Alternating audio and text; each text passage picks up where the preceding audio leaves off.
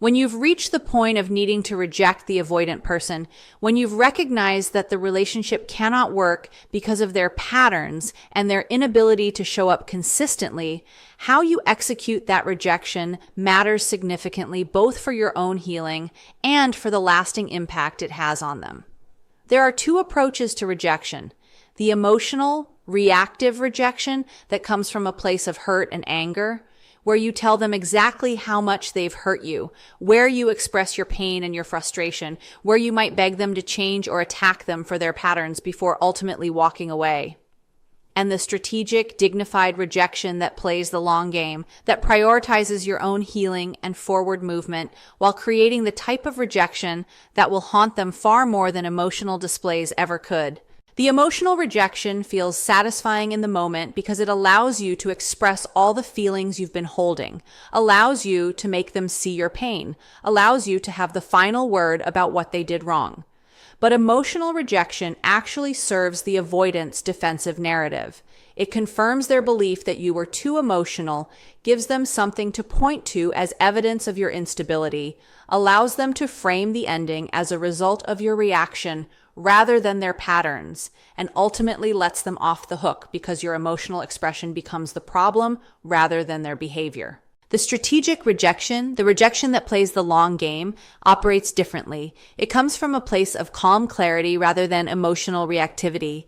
It centers your dignity and your worth rather than centering your pain and their failures. It creates a clean, firm ending that gives them nothing to work with, nothing to dismiss, nothing to use in their defensive narratives.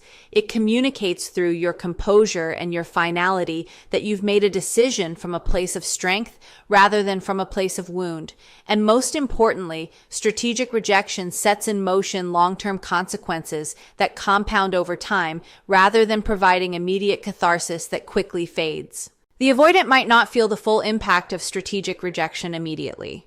But as months and years pass, as they watch you thrive without them, as they encounter your complete unavailability, as they recognize the dignity with which you departed, the rejection will sink deeper and will create more lasting regret than any emotional confrontation ever could. Playing the long game means prioritizing outcomes over immediate satisfaction. It means choosing the rejection strategy that serves your future self rather than your present hurt. It means understanding that the most powerful rejection is the one that demonstrates your value through your actions rather than through your words. Why strategic rejection is more powerful than emotional rejection. Strategic rejection that plays the long game is significantly more powerful and more impactful on the avoidant person than emotional rejection. And understanding why this is true reveals both the psychology of the avoidant and the most effective way to protect yourself while ensuring your departure creates maximum lasting effect. Strategic rejection is more powerful because it denies the avoidant the emotional reaction they're unconsciously expecting, and that would allow them to maintain their defensive narratives about the relationship and about you. The avoidant expects an emotional reaction when you leave. They expect hurt, anger, tears, accusations, demands that they explain themselves or change.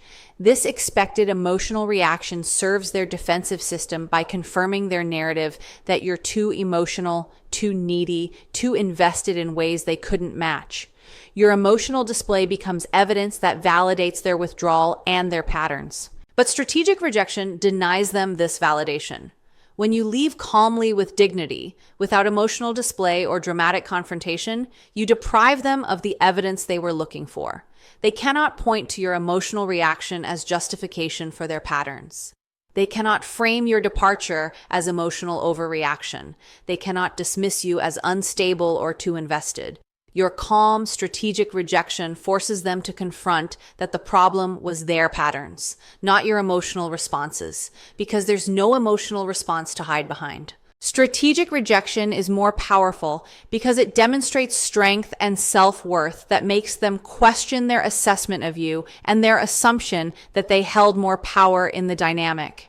Throughout the relationship, the avoidant likely perceived themselves as the less invested party, the one with more power, the one who could walk away more easily. They saw your investment and your emotional availability as weakness or dependency. But strategic rejection completely inverts this perception. By rejecting them calmly and finally, by walking away with dignity and without looking back, you demonstrate strength they didn't know you possessed.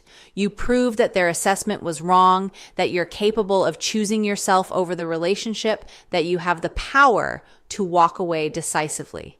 This demonstration of unexpected strength is far more impactful than emotional rejection because it forces them to recalibrate their entire understanding of who you are and what you're capable of, making them recognize they underestimated you and misjudged the power dynamic. Strategic rejection is more powerful because it leaves no opening for them to attempt reconciliation or to pull you back in through their typical strategies, creating a finality that emotional rejection often lacks.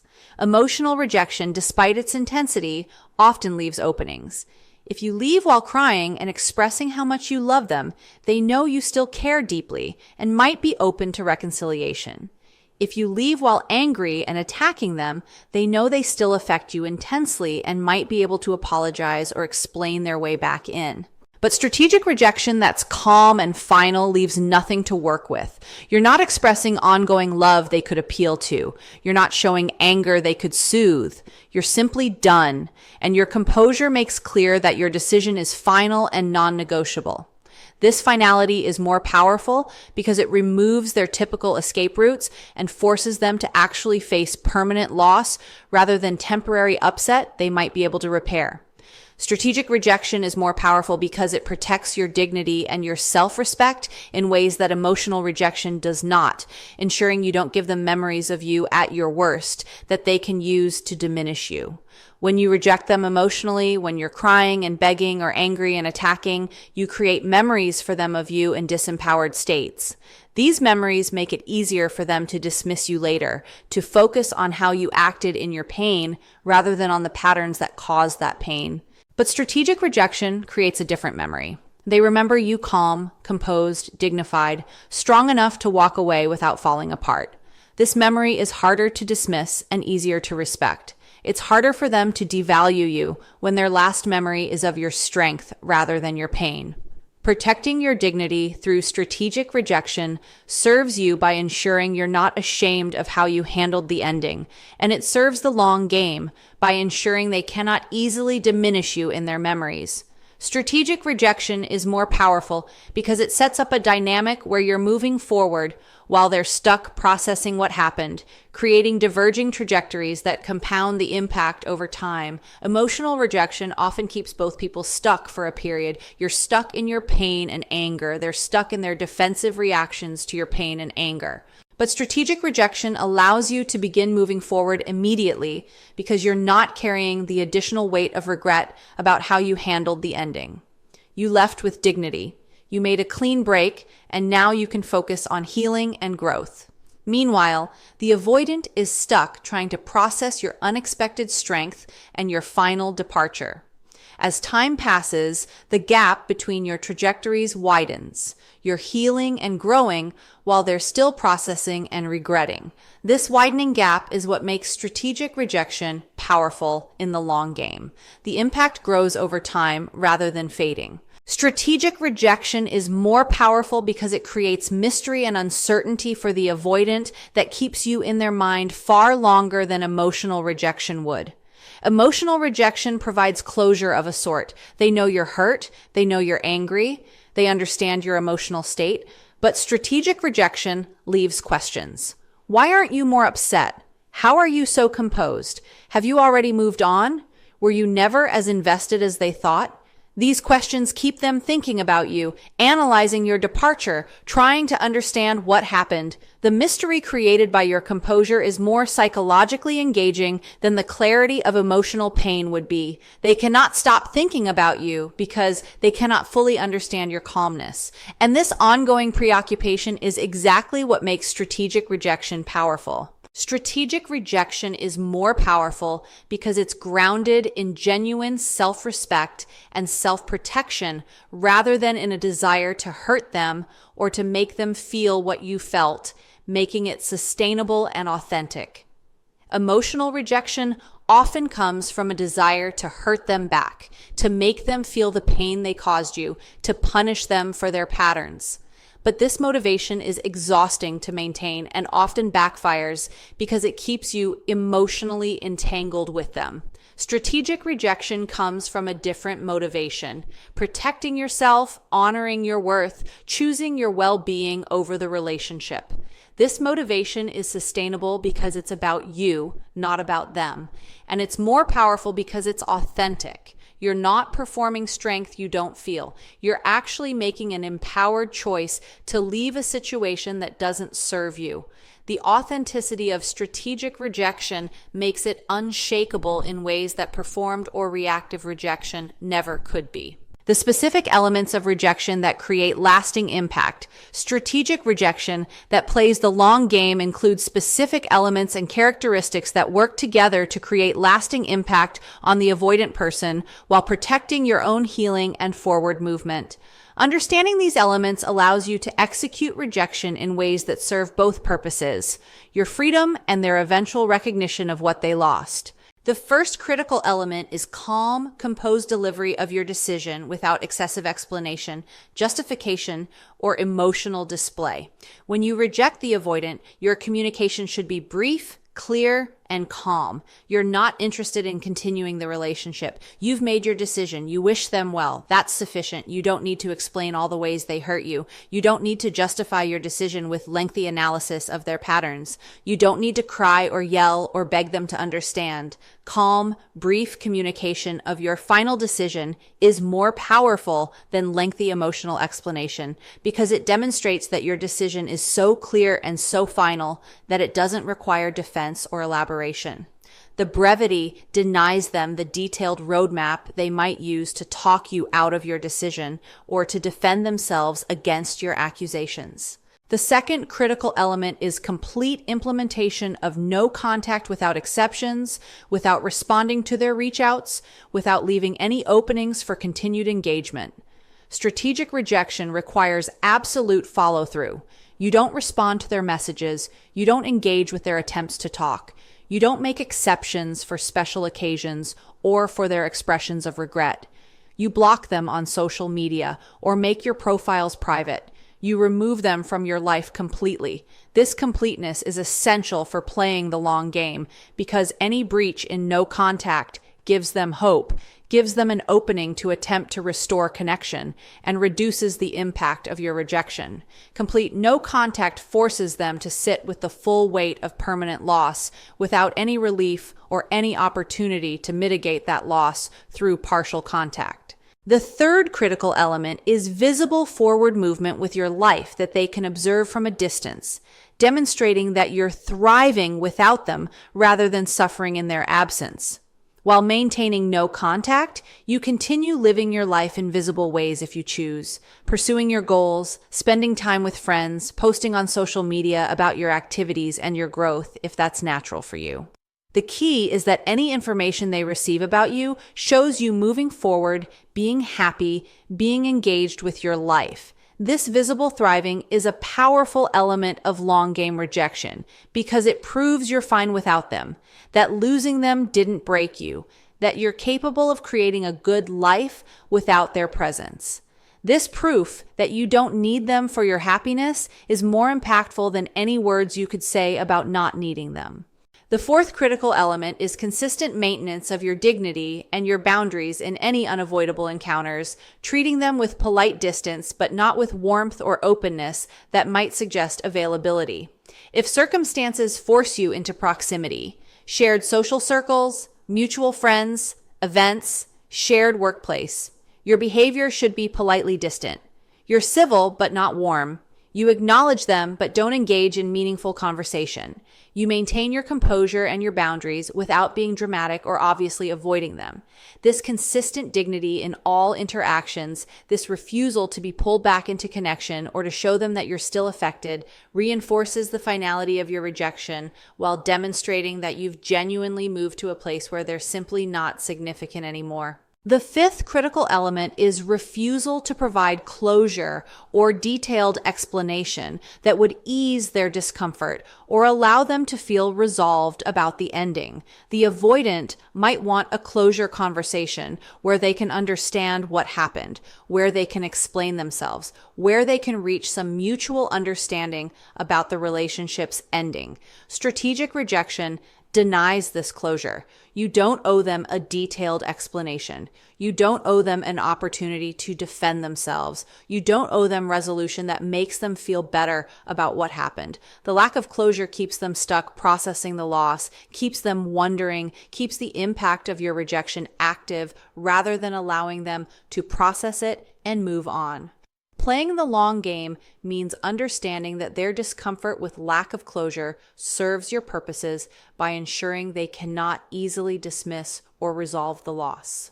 The sixth critical element is absolute refusal to take them back or to give them another chance, regardless of what they say or promise, demonstrating through consistency that your decision is permanent. If they reach out apologizing, if they promise to change, if they express recognition of their patterns and claim they're ready to do better, strategic rejection means you don't engage. You don't test whether they're serious. You don't give them a chance to prove they've changed. You maintain your boundary that the relationship is over permanently. This refusal to entertain reconciliation is crucial for the long game because it's what creates the permanence that eventually becomes their deepest regret. If you're willing to reconsider, they maintain hope that they might get you back. If you're absolutely unwilling, they're forced to accept that they've truly lost you, and this acceptance is what creates the lasting impact. The seventh critical element is focus on your own healing and growth rather than on monitoring their reactions or seeking information about how they're handling the rejection. Strategic rejection that plays the long game requires that you actually move forward with your life rather than remaining focused on them and their response to your rejection. You're not checking their social media to see if they seem upset. You're not asking mutual friends how they're doing. You're not monitoring their life for signs that your rejection affected them. You're genuinely investing in yourself, in your healing, in your future. This genuine forward focus is what creates the authentic thriving that makes your rejection so powerful. If you're still focused on them, you're not actually free. And that lack of freedom will eventually show and will reduce the impact of your rejection. The eighth critical element is carrying yourself with confidence and self-worth that communicates you know you deserve better than what they offered, that you're not desperate or broken, but are strong and clear about your value. The energy you project matters. Strategic rejection means you embody someone who made an empowered choice to leave a situation that didn't serve them, someone who knows their worth and who requires partnership that honors that worth. This energy is more powerful than words because it's demonstrated through how you carry yourself, how you speak about the relationship, if you speak about it at all, how you show up in the world.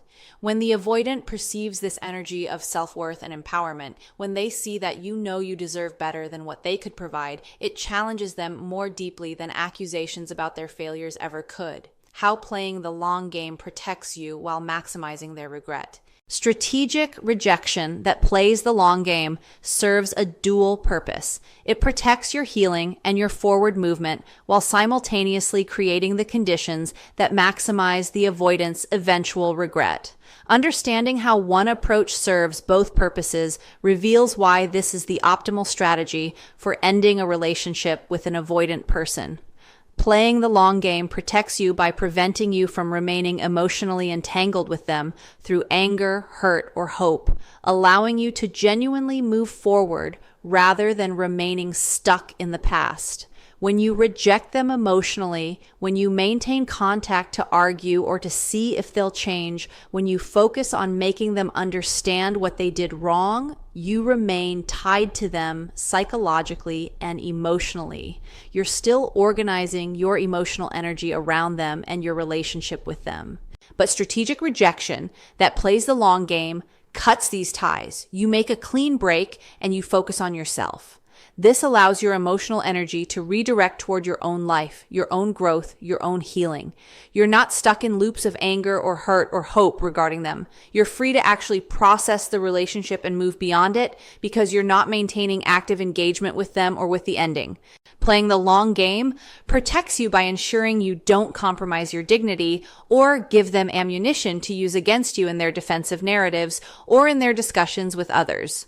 Every emotional outburst, every desperate plea, every angry attack gives the avoidant something to point to as evidence that you were the problem or that the relationship couldn't work because of your emotional instability.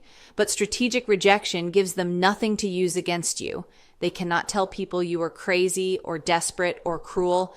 They cannot point to your behavior at the end as justification for their patterns during the relationship. All they can say is that you ended things calmly and decisively. This protection of your reputation and your dignity serves you because it ensures that mutual friends, social circles, even your own memories of yourself are not tainted by behavior you're ashamed of. Playing the long game protects you by creating the clean break and the firm boundaries that allow your nervous system to regulate and your attachment system to disengage, which is essential for your healing. Continuing contact with the avoidant, maintaining emotional engagement with them through conflict or through hope for reconciliation, keeps your nervous system activated and keeps your attachment system engaged with them.